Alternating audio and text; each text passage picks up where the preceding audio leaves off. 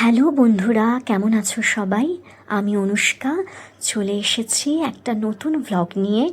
সকলকে একটা মিষ্টি বৃষ্টি ভেজা দুপুরের একরাশ শুভেচ্ছা। তোমরা আমার চ্যানেলে এতদিন ধরে নাচ বা আবৃত্তির ভিডিও দেখেছো। এখন এই প্রথম আমি নিয়ে আসলাম একটা ভ্রমণের ভ্লগ। তোমরা আশা করি বুঝতে পেরেছো এটা কোন জায়গা।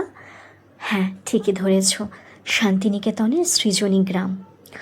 বোলপুরের এই জায়গাটা কিন্তু একদম অন্যরকম। 9টা ঐতিহ্যবাহী কুঁড়েঘর প্রায় 26 বিঘা জমির উপরে গড়ে উঠেছে এবং হাজারেরও বেশি শিল্পকর্ম, বাঁশের লাইট হাউস, মুক্তমঞ্চ ও লোকসঙ্গীত। সারা মাঠ জুড়ে ছড়িয়ে রয়েছে নানান ভাস্কর্য ও মূর্তি। প্রায়শই এখানে বাউল গান বা স্থানীয় লোকশিল্পীদের পরিবেশনা শুনতে পাওয়া যায়। সময়সূচি সকাল 9:30 থেকে 5টার মধ্যে তোমরা যে কোনো সময়ে চলে যেতে পারো। প্রবেশ মূল্য মাথাপিছু মাত্র 30 টাকা। স্টুডেন্ট কার্ড থাকলে আরও বেশি পরিমাণে ছাড় পেতে পারো। হস্তশিল্পের বাজারে কেনাকাটিও করতে পারো।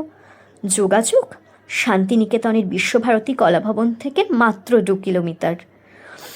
বোলপুর স্টেশনে নেমে শান্তিনিকেতনের যে কোনো প্রান্ত থেকে একটা ছোট টোটো করে টুক করে তোমরা পৌঁছে যেতে পারো। এখানে এসে আমি বহু বাদ্যযন্ত্র দেখতে পাই, তার মধ্যে বেশ কয়েকটি আমি নিজে শনাক্তকরণ করি, যেমন এসরাজ বা মৃদঙ্গ। আচ্ছা, তোমরা চটপট কমেন্টে বলো তো তোমরা কোন কোন বাদ্যযন্ত্র প্রথমেই শনাক্ত করতে পেরেছো এখানে।